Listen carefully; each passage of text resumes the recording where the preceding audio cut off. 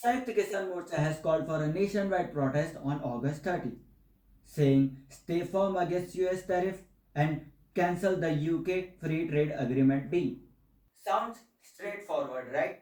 But look at the timing. Just days ago, Trump announces 50% tariff on India. The government is in overdrive, top level diplomacy happening, negotiation at their peak, and suddenly civil unrest out of nowhere. Doesn't smell organic, right? This is the recipe you need to know. A classic move in US foreign influence playbook. I call it the pressure sandwich. Hook, megaphone, assist, squeeze, payoff. The hook, pick a local issue that's unpopular with the public. The megaphone, blast it through global media, NGOs, and social channels.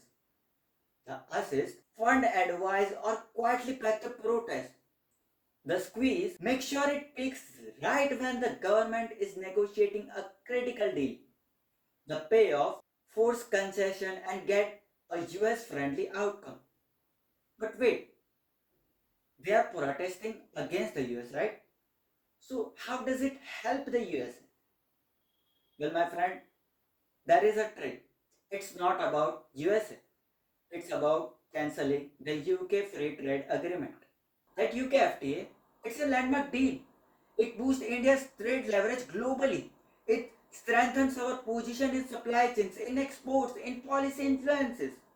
And that is exactly the problem for certain powers. If that deal holds, India's bargaining power with the West, with China, even with global South skyrockets. But if it collapses, they're back negotiating from a weaker seat. And while this external squeeze is happening, look at the internal side. The opposition, especially the entire left bloc, has been hammering at the government, calling the economy dead, questioning every move in global diplomacy, even asking for the PM's resignation, right in the middle of the one of the most crucial trade standoff in decades. It's pressure from outside and inside, exactly the position foreign powers loves to exploit. So August 30 is not just about tractors and banners. It's a strategic chess move in much bigger game.